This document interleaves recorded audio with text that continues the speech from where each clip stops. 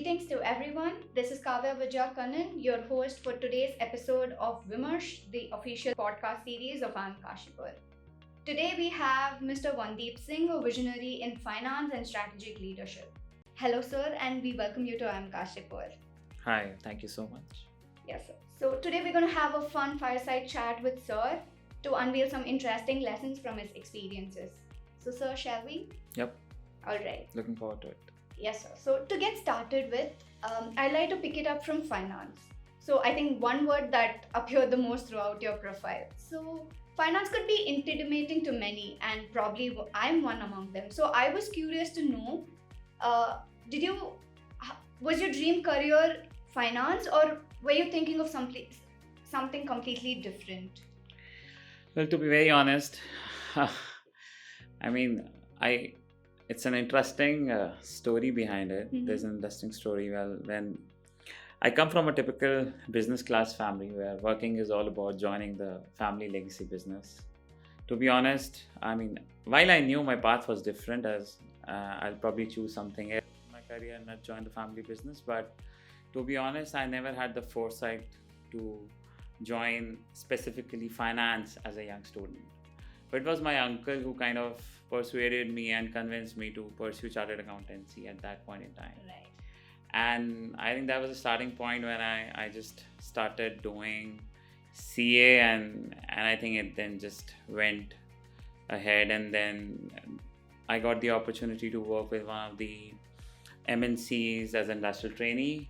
Right. I learned different facets. I worked in multiple facets of finance function and realized how finance create value for the organization. And by the end of my industrial training and I became CA, I probably got the wisdom that I want to start my journey as a finance business partner. So that's how it kicked off. All right, that's great. Probably I should start trying more finance though. Right. So moving on to the other part. So most people don't think of supply chains until something actually goes wrong. So what's one behind the scenes thing about supply chains that can surprise people? Well, there's no one thing that is happening behind the scenes. I feel that there's so many activities that are happening behind the scenes which ultimately helps the organization move ahead. One surprising fact about supply chain is that an efficient supply chain is the one which is always evolving, continuing to improve processes, trying to cut the cost across the value chain. Right. You look at all great companies led by all supply chain leaders. They kind of always understand the value of improvising the overall value of the value chain across different different departments within supply chain, how to cut the cost, optimize the overall processes, because it ultimately leads you to different very positive tangible results.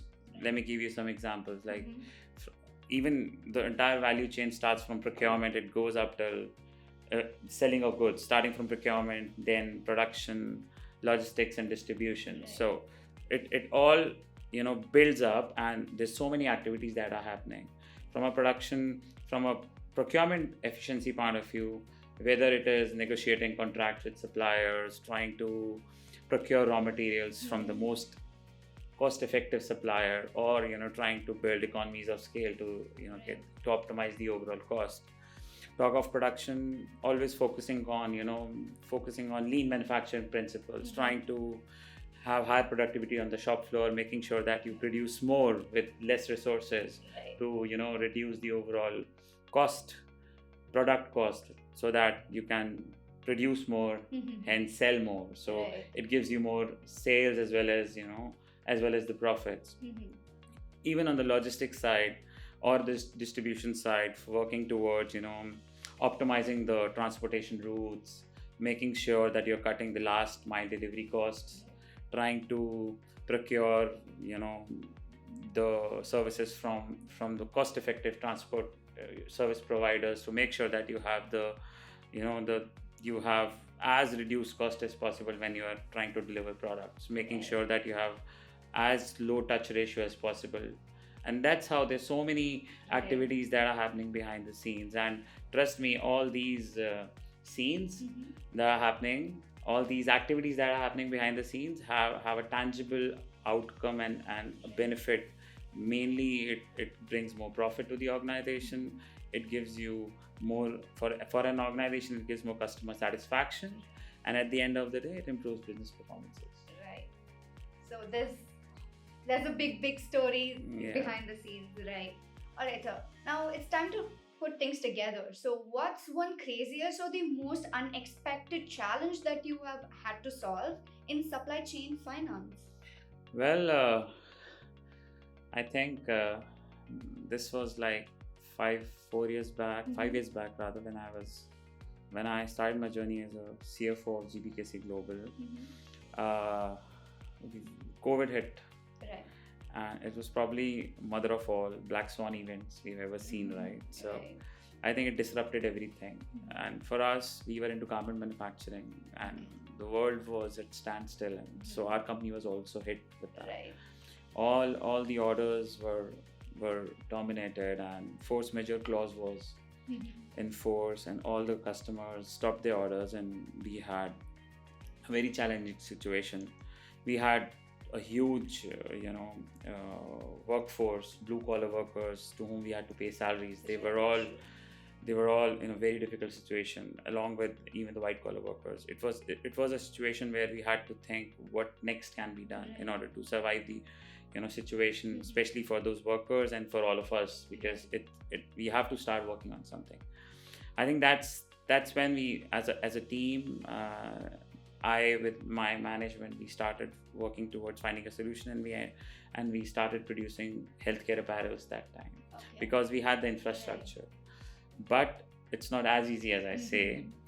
Healthcare apparel being apparels, but because the outcome of the end use of this product is something to do with human protection, it attracts a lot of regulations, it attracts a lot of compliance and laws which needs to be followed before you start producing. So, and it requires different set of machineries to make sure that it passes all the tests.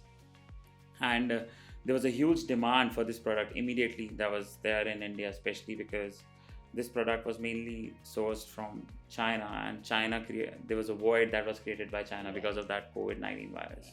So it was an opportunity for us. And so the challenges that we faced was, one, because we wanted to start producing, we had to procure machinery from China and South Korea. It was a difficult challenge to kind of get those, because there was a lockdown, and in fact huge orders were there for all these machineries. Like us, there were other companies who were trying to procure, so it was difficult to get those, and we tried navigating through different scenarios to see how can we do that. Also, situations changed for us, because now if we want to procure raw material for this product, at the end of the day, all the suppliers knew that these are probably not the best times to kind of invest in stock, so or invest in kind of giving credit to the customers. They immediately started working on advanced payment terms. So we had to have huge finances. We had to create a lot of cash and money for us to procure the raw materials. So we had to look for different venues from where we can procure finance, whether it's bank or private equities. And then while we were able to do that as well, and we started producing, then the third problem came in, where we had to sell these products to the customers. We had the orders, but all these orders came from different parts of the world, majorly US, Europe. So we had to ship. Again, there was a challenge, because there was so much of bottleneck at all these different seaports because of the COVID. And there was shortage of containers, and because of the sudden lockdown, all the containers were stacked in different parts of the world in different seaports. So there was a huge shortage. There was a spike in freight rates. So it was difficult, and all these orders were time bound. So I think it was a classic example where you see the entire supply chain got disrupted, even starting from procuring raw materials to production to logistics and distribution. I think we came out well out of this. We navigated through the crisis, and probably because of our teamwork, we optimized our resources well. And of course, through disciplined financial management, we were able to kind of survive this phase and did well. All right. That's great, sir. Yeah. Right. Moving on to the next question. So, can a company be financially very strong but then have weak supply chains? And what happens in such cases? Well, yeah, I think a lot of companies are financially well, can have weaker supply chains. Okay. But my question is for how long they will have these, Right. you know, for how long they will survive with high cash reserves with them. Because if a company is operating on a very weak supply chain management system, sooner or later they will get into crisis where all their profits Right. and cash reserves will eat now. Right. Like if a company having great cash reserves is unable to procure raw material on time, or not able to produce products on time, what will happen at the end of the day? All their company sales and their customers will turn up to the competitors. Right. Classic example is in 2021, Apple, one of the most high valued company in the world with billions of dollars of cash reserves, right?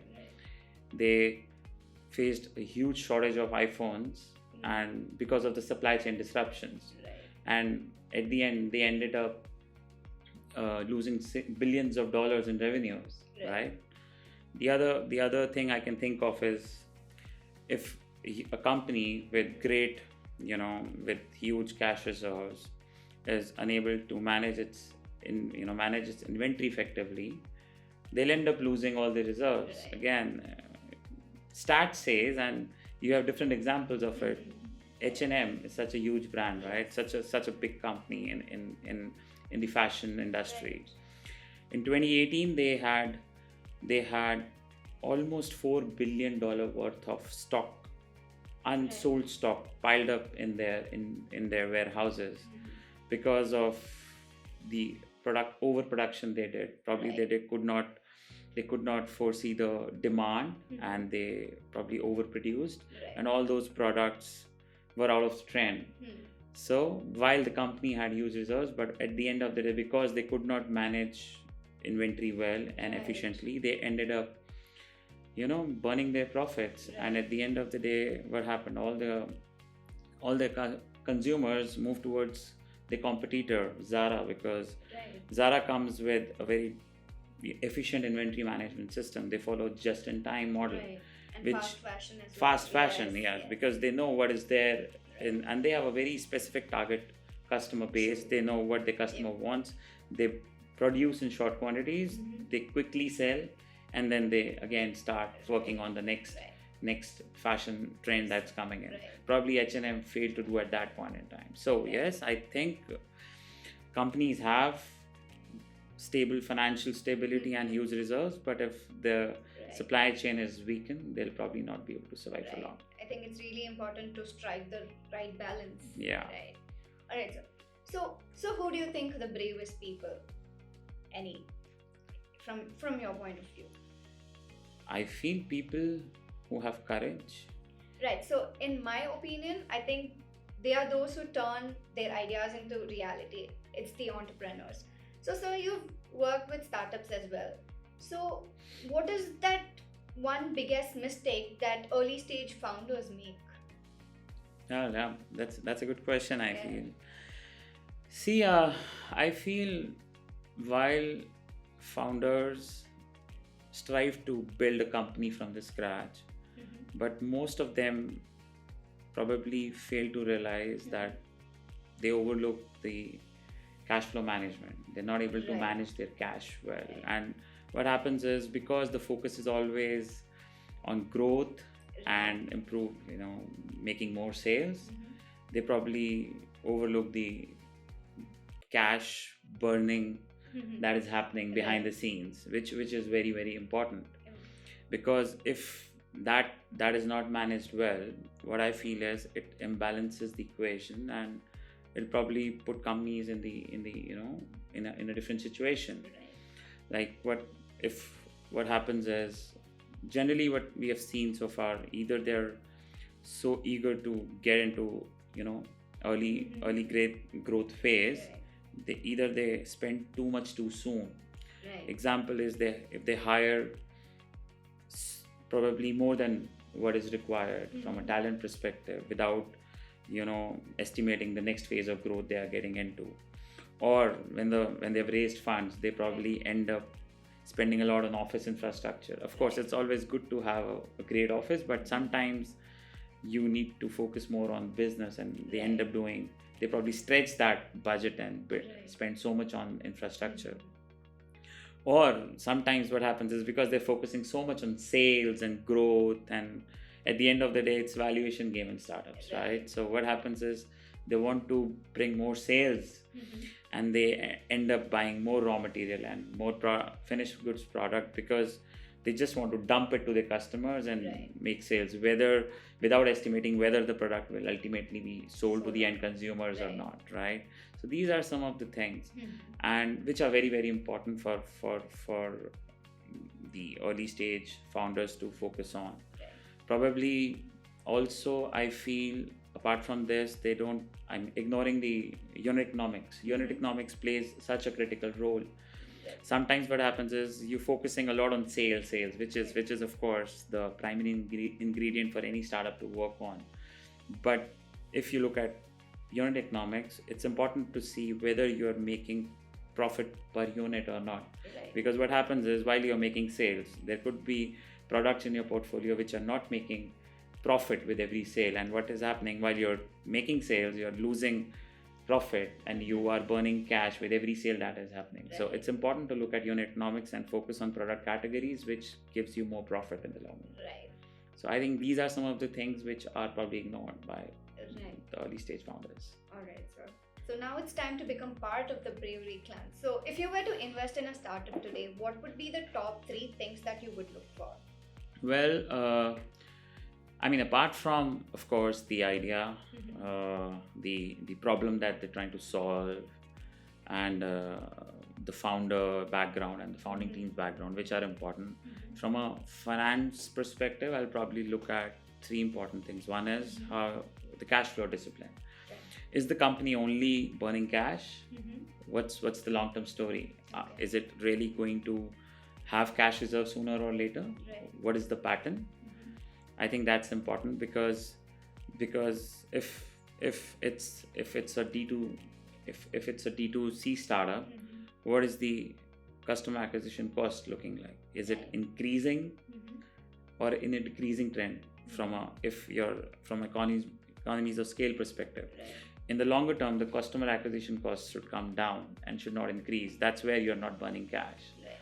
If it's a B2B startup, how quickly are they converting their, circulating their cash?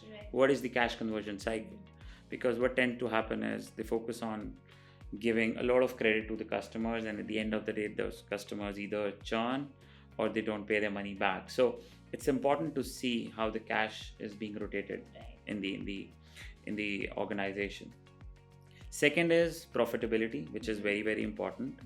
While most of the startups do not generate profits at the start because they have high fixed costs, but at the end of the day, with economies of scale, and when they're able to scale their business, it's important that they are able to generate profitability, and the bottom line should be solid.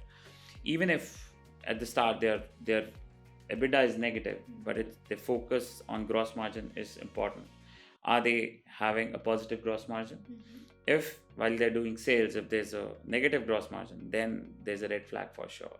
So even if you're not making EBITDA as a positive measure, your gross margin should definitely be positive.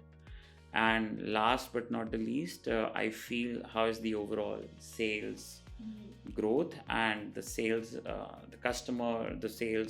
customers combination that you have, which is a mix of your new customers as well as existing customers. For any startup to make sales, it's always good, and in order to scale up, you need to have new customers, but it's critical to see how many existing customers stay with the startup for long, because customer churn analysis becomes very important. It's important to see from 6 months perspective or quarter on quarter basis what is the churn ratio of the customers? Do you have customers in your portfolio which are sticking with you and are generating revenue for you? I think in these situations, these customer revenue cohort analysis plays a critical role. So I feel apart from the factors that I said, these three are the important points I would look at before investing in a startup. Right. So to all the entrepreneurs, you can watch out for all these points. Sir, so on a scale of 10, how much do you love traveling? Probably 8. All right. I would rate it 7 or 8 as well. But it's into 10 times these numbers that technology loves traveling with all of us. Of course. And I think it's inevitable today to live without technology, and one cannot ignore it. So, sir, how has technology changed the way finance leaders decide today versus a decade ago? And what is this one interesting tech trend in finance especially that you are very excited about? Let me tell you the latter one first. Right. I think the interesting trend that is happening across industries in finances, adopting a lot of AI tools for driving, forecasting. Right. They're depending a lot on AI tools. They are adopting AI tools to forecast their revenues, forecast their cash flows. So this is one emerging trend that I see, because yes, it generates a lot of value for all these companies. We have seen there are so many tools in the market that are probably using data as the base to predict what's there in future. And good part is, even if we have done sense checks and sees that the results are great. So this is one emerging trend. Right. Now, yes, I feel technology is probably here to stay, and technology has disrupted the way we have worked in the past. All finance leaders, I feel they have to have technology as one of their enablers to work efficiently and effectively.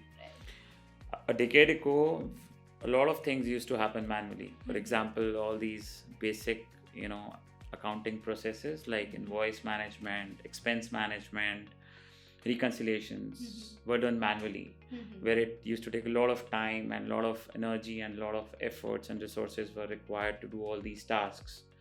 Now with the technology and a lot of these robotic tools and these RPAs, I think most of the companies, in fact almost all companies, are using these tools to do all these works through automation. Right.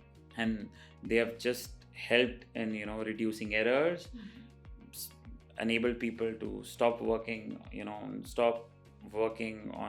things which are not creating value for them, and focus more on value added stuff like analysis and spending time on ensuring that you're doing analysis and making sure that nothing is going wrong. Right. So one is this. If I talk of reporting, earlier what happens, probably a decade ago, whenever we used to do month-end reporting or any reporting was required as part of a requirement from the investors or even from the management, a lot of time used to go in collating the data, harmonizing the data, getting the data from different sources, working on Excel sheets, and then trying to prepare the reports that are required to publish to the stakeholders. The essence was lost by the time reports come out. So but now if you see, with these lot of tools that have come, all these ERPs, they have been able to generate real-time reports. Tools such all these BI tools and high-end dashboards, tools that we use such as Tableau, Power BI. I think these have really solved this big problem, and with probably the use of technology, all these reports are now real-time, and it helps to take decision at the right time, and you can proactively work towards forecasting your business performance well in advance with these real-time reports that come in. So yes, technology has really played a great role, and it'll continue to survive for sure. Yes, sir. But I'd like to pick it up from what you said about AI. So artificial intelligence is the buzzword today and in the coming days. But sir, I feel that AI and finance may not go very well with each other, because there is money and hence risk involved. So what is your say around this? You've picked a good point, but I disagree with you. AI and finance do go very well. I think that you have to strike the right balance between them. I think AI is disrupting the way we all are working in a positive way, be it finance, be it operations, be it any other department in the organization. AI is enabling everyone in the organization to work more effectively and efficiently. If you're not using AI, probably you're not doing the right thing in the current scenario. But with AI, I think while we use AI, it potentially has challenges and risks, especially when the money is involved. And as leaders, we have to kind of acknowledge it and probably focus on making sure that we manage and balance out the situation. Like if I talk of examples, AI is dependent on the data that is fed to it, right? It is the outcomes are totally dependent on the historical data and the assumptions that you give. What if the data is misleading? What if the data is compromised? What if the data is incorrect? What if the assumptions that are put in the AI system to be able to get the desired output are not correct or biased? You may end up taking wrong decisions, right? So you have to make sure that you are able to manage such scenarios. Other example could, and sometimes I feel AI trusting blindly the outcome of AI sometimes could be too dangerous, because you have to do a sense check and see whether it is making sense. Because if you blindly trust and take the decisions basis the outcome that comes in, you'll end up losing a lot of, I mean, it has an impact, a financial impact. You may end up losing a lot of cash. You end up, hamper the business performance.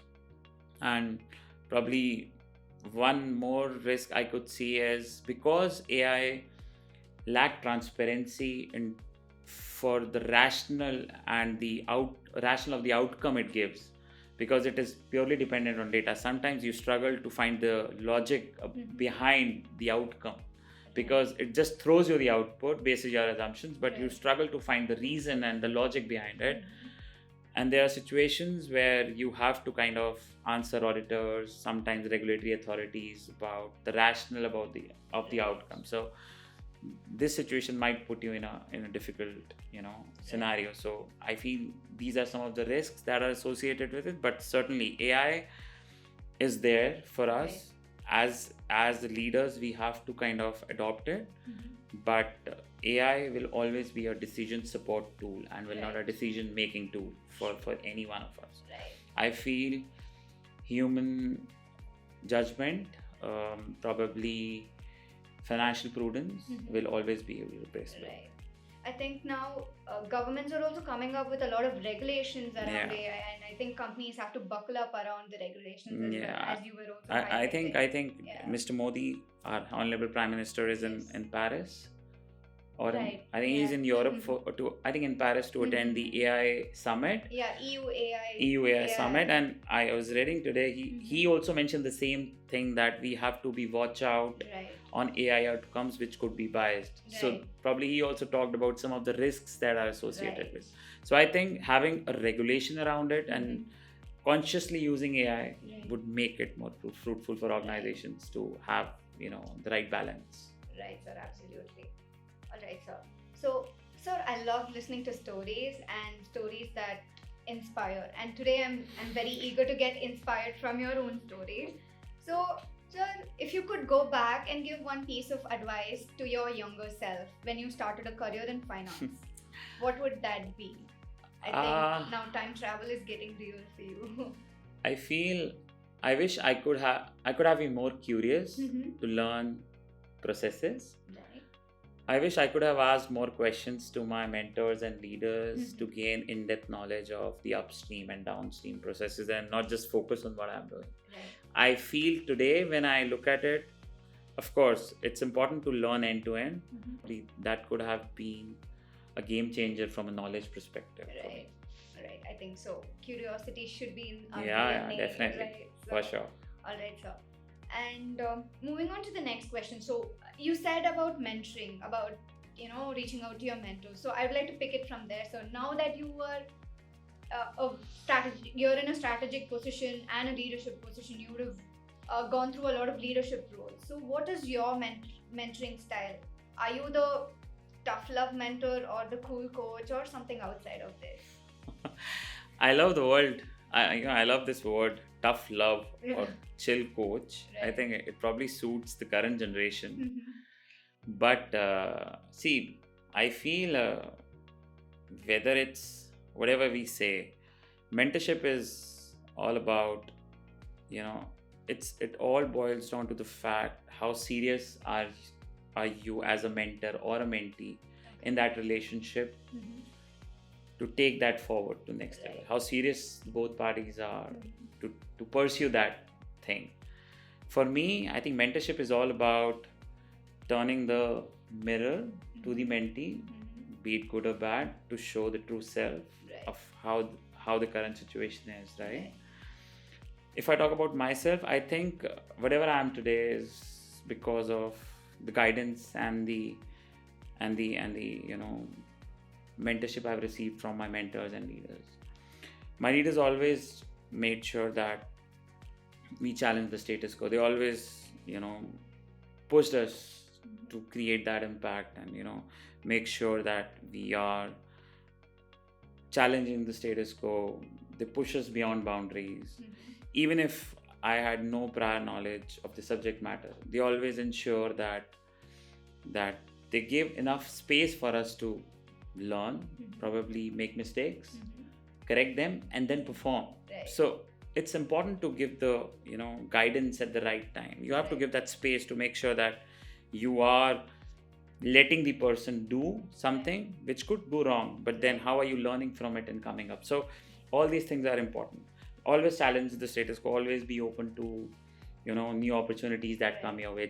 Always try to challenge yourself, what you're doing. Never be in your comfort zone. Make sure that you are moving to an uncomfortable zone and then making it your comfortable zone. I think that's what I have learned from my mentors. I try to follow the same mentoring style, and I make sure that the growth of my team members go beyond pay scale. Alright, that's amazing, sir. Yeah.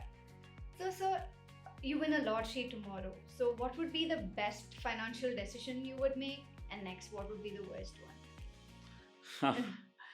I'd probably be investing in create. I'll probably invest in creating financial assets for myself and try to create passive income. All right. Which probably I think is important as in today. Right. The worst could be I'll probably buy a Land Rover for myself. Wow. That would be the worst decision, I feel. Right. All right, sir. So I think today's the Gen Zs are very quick. I think they want everything to happen very quickly, especially success and growth into 5 times faster. So, sir, what would you have climbed the corporate ladder quite fast? So, what is that secret sauce for success that you would recommend? Secret sauce. See, one thing is building career is not like 2-minute Maggie. Right. Okay, Maggie can be prepared in 2 minutes, but success and career can't. Right. There are building blocks which you have to build. You have to take small steps. So, see, I feel there's nothing that cannot be achieved in this life.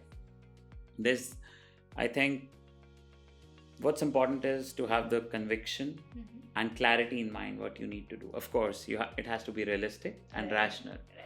But it's important to have that conviction in life as to what you want to do. As a young student, you join a company, you start working on it. I think it's important that you explore. For the next 2 to 3 years, try to explore what exactly is the area that interests you. And don't focus on pay grade at the start. It's important that you continue to learn something new, making sure that you are challenging your status quo, making sure that you are in uncomfortable zone most of the time, trying to make that zone comfortable for you. Once you feel that the zone is now comfortable, switch on to the another uncomfortable zone for yourself. Have that opportunity and challenge yourself to get more complexities in a positive way to solve for good. I think it's important to have that conviction.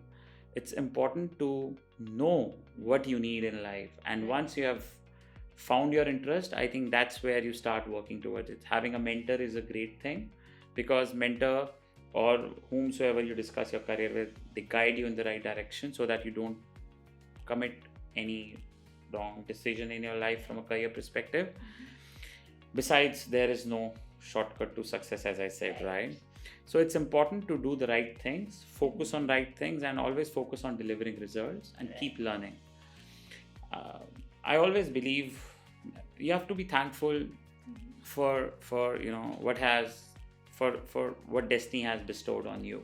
You always have to be thankful for that. And I always take reference from the Mahabharata.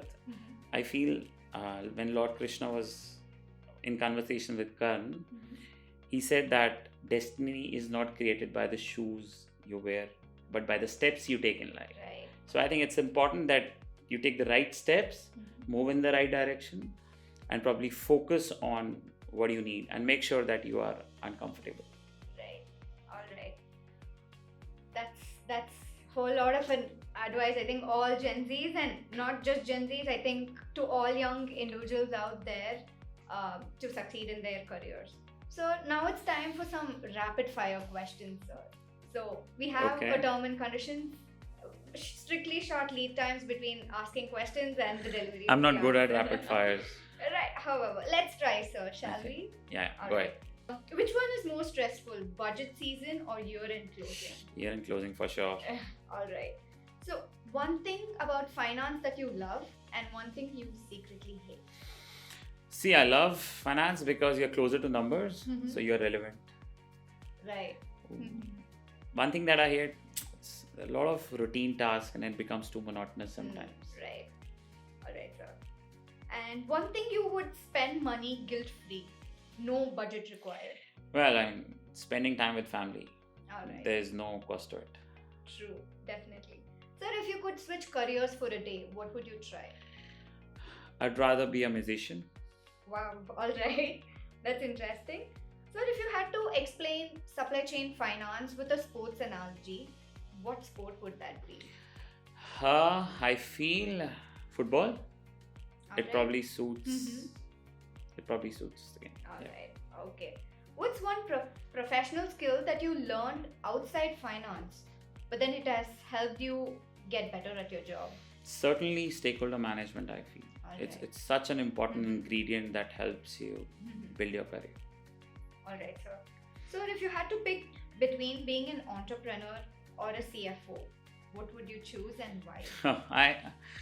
I feel it's a situation of false dilemma, because I mean, entrepreneur is not a profession, right? I feel entrepreneurship is a mindset.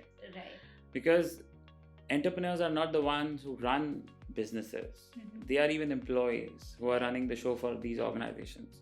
I think whatever they do, it matters to everyone. So I'd rather be a finance leader with an entrepreneurial mindset. All right, that's amazing. And so you've worked across many industries, from FMCG, from e-commerce to automobiles and many more.